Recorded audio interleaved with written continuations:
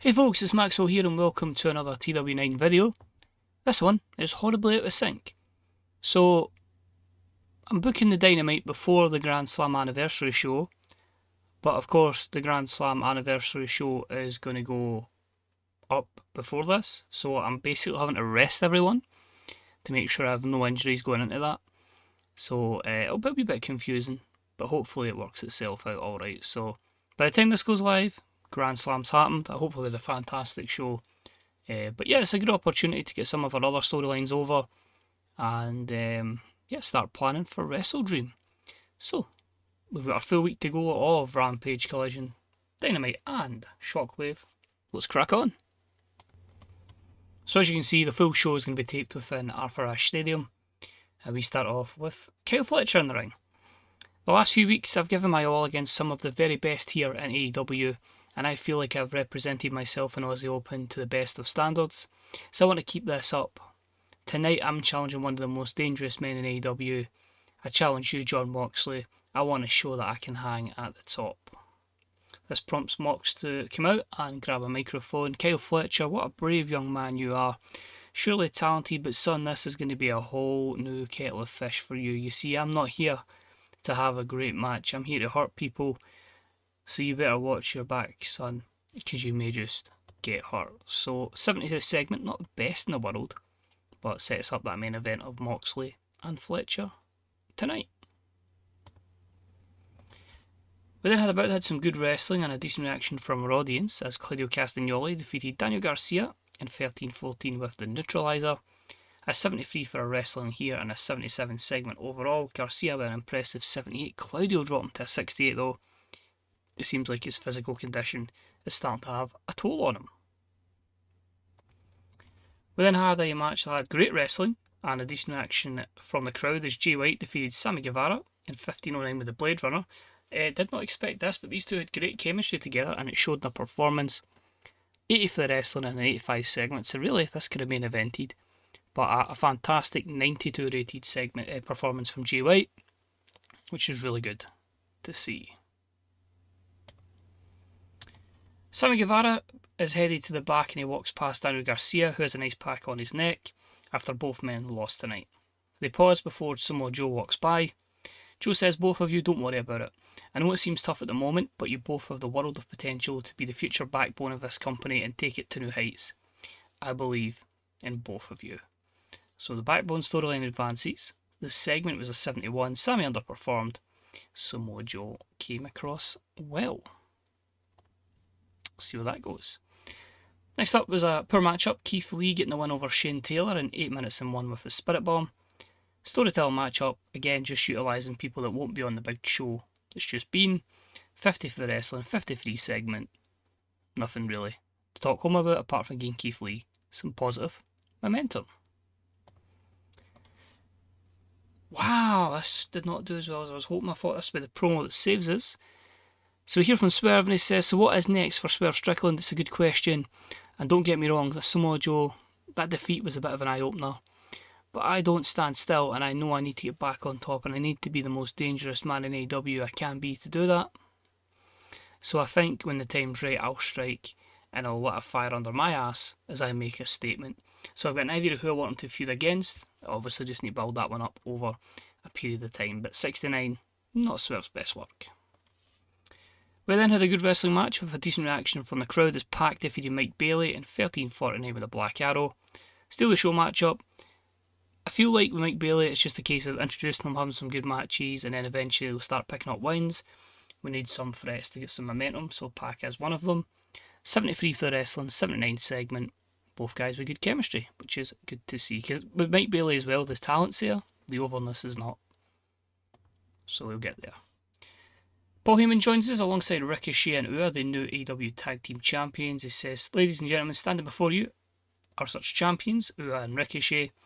I told you that these two men were special athletes and that championship glory was more of a when than if. And it's now up to the AEW wrestlers to show us that they can compete at their level. But don't worry, I'll scout around, because this alliance could go possibly bigger. Could possibly go bigger numbers. Watch this space. So he's basically saying, hyping up Ricochet and Ua, but also teasing future members joining Paul Heyman's stable. Heyman came out of it looking good. Ua's getting better at his gimmick, but he also underperformed. Segment as a whole, a 72. Next up, Wild Brawl. Samoa Joe defeats Big Bill in 8-12 by pinfall. Joe makes defense number 4 of the TNT Championship. 63 for the wrestling, 68 segment.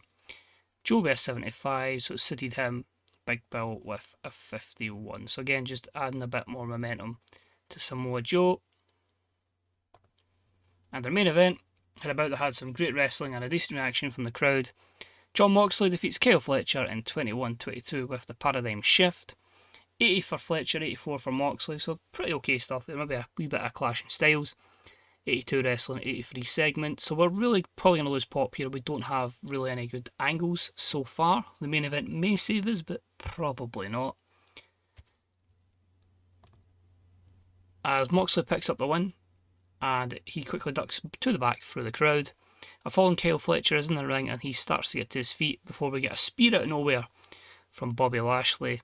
This then sees MVP now come down the ramp, and then running down ahead of him is Mark Davis as he starts to brawl with Bobby Lashley. But then as he turns around, it's a super kick from the returning Shelton Benjamin. The Hurt Syndicate have left Aussie Open in a heap. So a 65 segment there. Shelton was injured, that's why he hadn't really done anything. And I just kept Lashley kind of on the sideline while that happened, but he's back in fit, and we can head along with Fletcher Davis against Lashley and Benjamin. Storyline advances, I've just kind of integrated the tag division into one storyline at this point, so I can mix and match a few things, but a 65 segment to end the show. So, we didn't lose pop, which is good. We increased our popularity in 11 regions. That'll be some of the lesser ones. Disappointed storylines, none of them really dramatic stakes. See, to be fair, considering the amount of people that I couldn't put on this show because they're obviously at the Arthur Ashe Grand Slam anniversary show, I'm quite happy with that one. It puts us in a wee position for stuff going forward as well. So you get a few angles there, teasing stuff that I'm relatively happy with that one. So yeah, Rampage is next, and then it will be Grand Slam. So Rey Fenix and Riho are hanging out together. So I'll go ahead and book Rampage. I'll catch these for Collision, and then we'll go for Rampage and Shockwave. It's all happening, it's all over the place, but hey, it's a one-off, this kind of show happening. So let's do it. So it's now time for Collision in the Edition Financial Arena. And with the AEW Grand Slam anniversary in the books, we are on the road to Wrestledream just over 2 weeks' time. And we start tonight with a mega main event. That's right, Sammi Zayn battles Konosuke Takeshita. A match with lots of history behind it, with Takeshita paying a lot of homage to Zayn's old friend El Generico. But that's not all. We'll see Willow Nightingale battle Bayley, AJ Styles against Ricky Starks, MJF is in action against Nick Wayne. But we'll start with FTR versus The Acclaimed. So McGuinness and Schiavone introduces to Collision, a 68 rated segment, one storyline, the backbone advances, but loses heat. So straight in, and that's not very good to see two people really off their game and one just off their game. So not good stuff for The Acclaimed. But there's a decent matchup here. FTR defeat The Acclaimed in 13-23 when Cash Wheeler pinned Max Caster with the big rig. I made this the steal the show matchup. Dax was head and shoulders above the rest because he was the only one that wasn't off their game. He scored a very good 82. Caster with a low light 46. So overall, 65 wrestling brought a 74 rated opening segment. We then hear from both Cash and Dax Harwood. They are talking about Chris Jericho, Christian Cage and Cope over a number of things. They see another joke of a tag team in our way here in AEW. We're trying to become the most decorated tag team in professional wrestling history. We don't have time for jokers like The Acclaimed. So now for us to answer a question that all of you have for us. Cope, why did we do what we did? It's simple. We'll make it easy for you. Jericho was first, Cope was second. Christian, what's your step? You're 3 old timers in our way, taking our spots. It's our time to make moments to win accolades, and this company would be a hell of a lot better with all of you gone. So basically they're saying, you're in the road, old timers, retire. Segment was a 57, storyline advances, loses heat, and 5 segments, turn Cash heel, and Tundaxiel, both a complete success. Perfect. Next up was a decent wild brawl, Bailey defeating Willow Nightingale in 14:24 by pinfall, illegally using the ropes for leverage. 64 for the wrestling here and a 70 segment overall. Bailey with a much better performance than Willow. We then go backstage where AJ Styles talks to Nick Wayne, and he just says, Nick, listen, tonight we both have massive matches against two extremely good talents. Just watch yourself with MJF. There's no depth that he will not lower himself to get the win. He will try and cheat at any opportunity. To which Nick just replies, AJ, don't worry, I've got it. So that was a 69. Words from Willow Nightingale though before those matches, and it's her basically saying, I've had enough of this in AEW. Whether it's Bailey, whether it's Mercedes or Bailey, whether it's Sky Blue, whether it's Nixon Nil, whatever, someone always has to cheat here in AEW. I'm going to overcome this, and I'm going to show that I can do all of this on merit, and I'm not going to rest until I become the AEW Women's World Champion. So a 70 rated segment there. Willow needs to pick up some wins, but wants to do it the right way. The bout that had good wrestling and a decent reaction from the crowd, AJ Styles defeats Ricky Starks in 12:16 with the Styles Clash. Made this one steal the show as well. Very, very surprised that AJ was able to get this out of Starks, which is good to see. 75 performance plays an 81, but 73 for the wrestling gave us a 77 segment overall. And that led us into Nick Wayne versus MJF. Decent. Nick Wayne loses in 12:42 by MJF, winning by pinfall. Storytelling matchup. Just try to give MJF as many matches as possible. I'd say with Nick Wayne, really just to try and help get their stats up. 67 wrestling, 71 segment. I really seem to struggle with any save to book MJF though when it's not a performance, when it's not a popularity based company. So, yeah. Interesting to see how we do about MJF picking up the dub. With some words from Daniel Garcia. Last Wednesday on Dynamite, I had a few words with Samoa Joe, and after having a few days to think about it, yeah, he's right. I'm good enough to be here, and I know if I keep giving what I give to this sport, then one day I will carry this company. So 47, Garcia, a bit of reflection, but knows that he can be a champion down the line again. And the main event to carry the show, about that had some great wrestling, good heat. Takeshita defeats Sammi Zayn in 28:13 with a javelin kick, but during the matchup we had Swerve Strickland run in and attack Sammi Zayn. So 84 wrestling, 70 crowd, 86 segment overall. Takeshita is practically a cheat code, which I know would carry this. 74 for Sammy and a 94 for Takeshita. And it finishes up with Takeshita picking up the win. He's congratulated by Don Callis.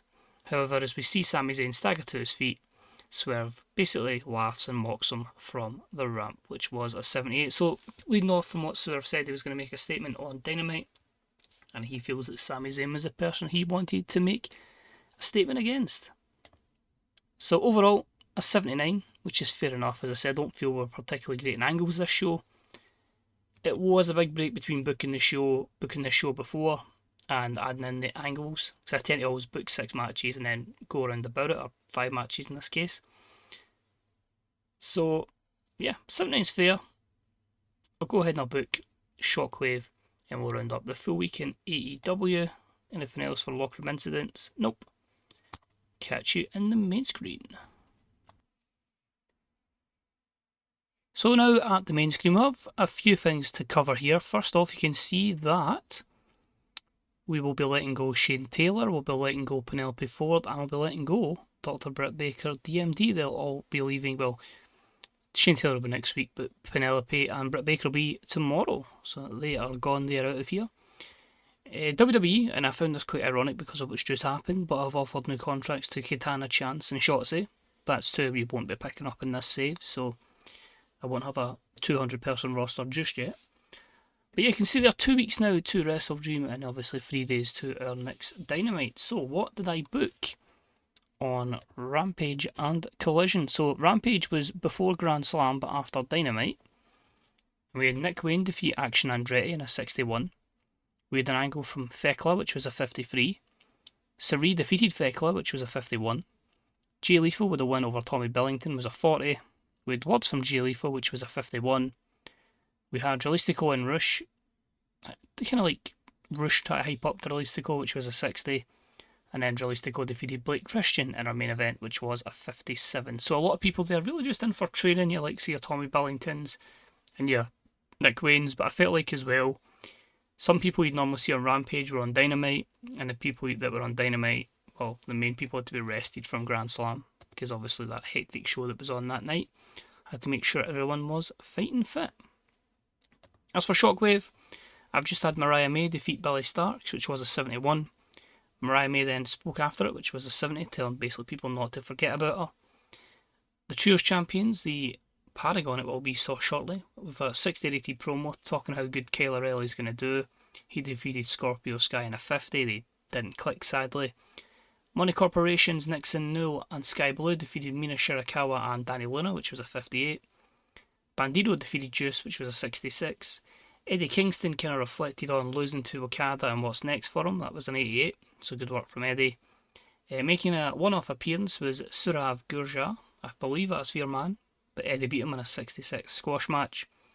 And then main event, Mark Briscoe tried to get back on the right path with a 70 promo, and he defeats Jack Perry in your main event, which was a 71.